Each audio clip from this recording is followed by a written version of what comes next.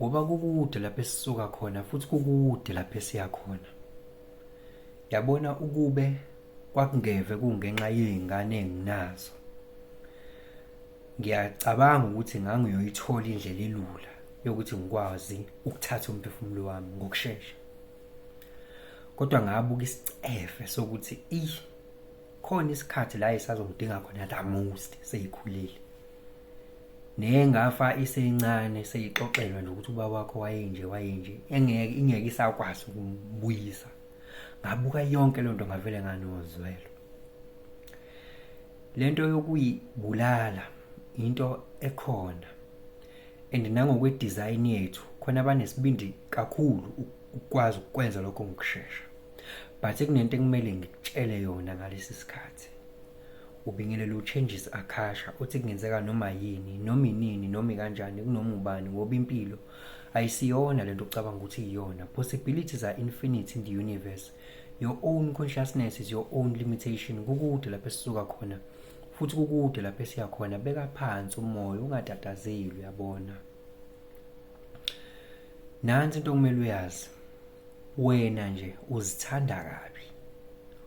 Wena uzithanda kabi, ngeke uzibulale nje. Uzithanda kabi. Kuphela into engenza ukuthi uthathe umphefumulo wakho,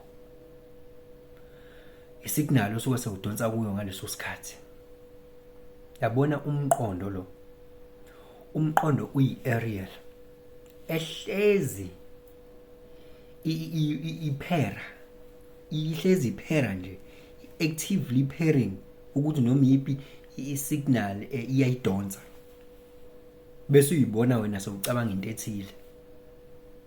Kanti awazi ukuthi usudonsa lo moya loyo. Lo moya loyo usufuna ukumanifesta. Miningi imoya la kwi-astral. Eminye ifuna imizimba ezomanifesta kuyo, ifaka abanye abantu kuma drugs.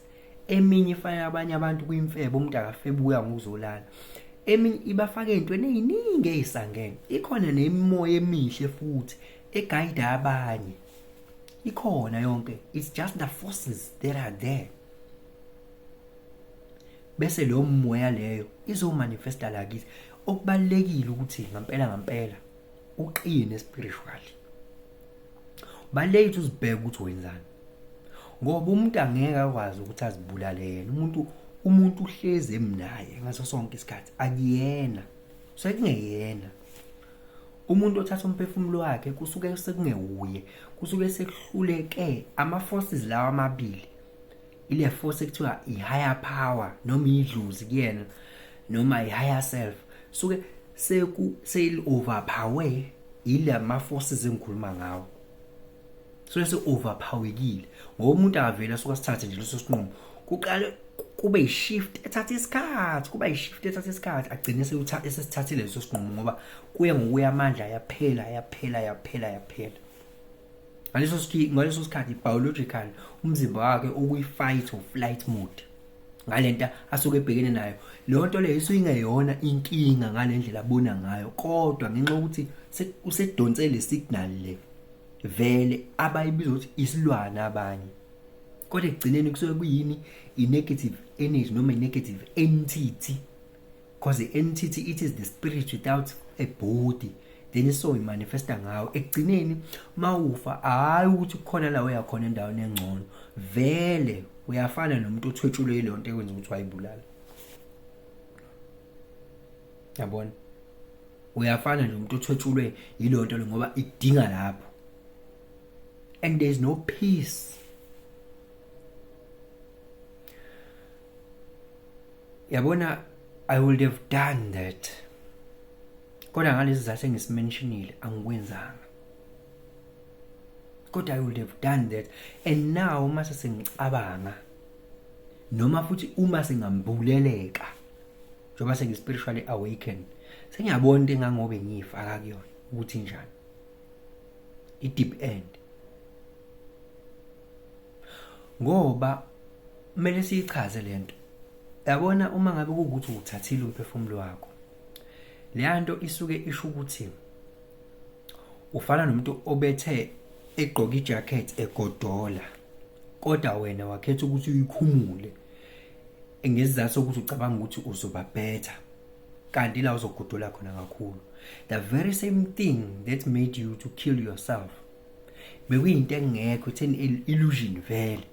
So therefore iphendukele lonto leyo kwayi negative energy, a flux of energy, and then still you go with it. It is in your soul, you go with it. Unfortunately, there's no body ekwazi ukuthi deal nakho. So even biologically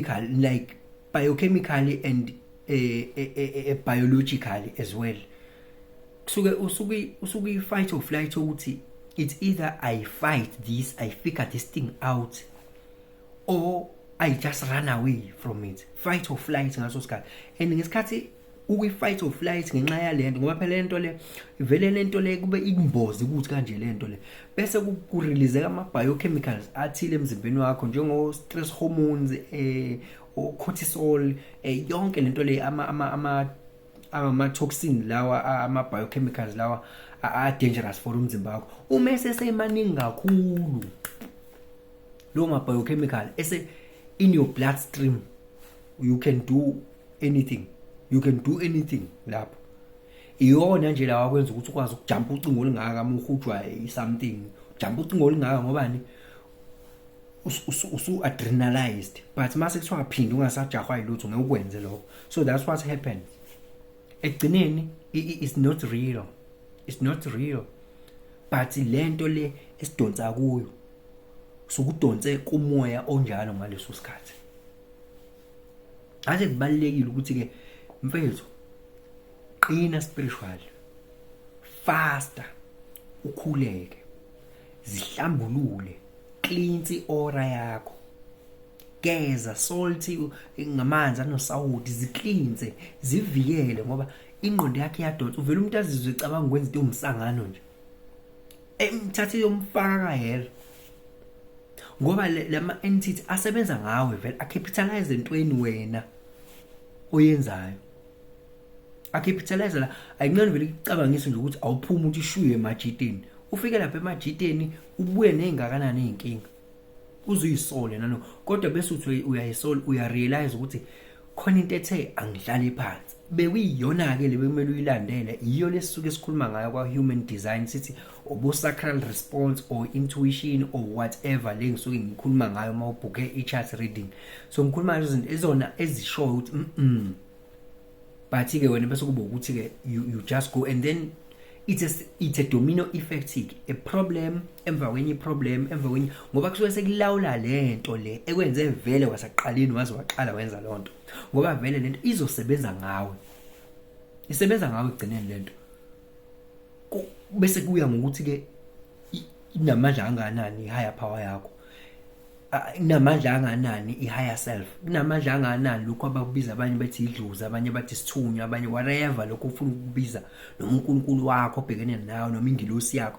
Bese ukuthi yona inamandla kangakanani ke ukuthi ukwazi ukuthi uthole usizo.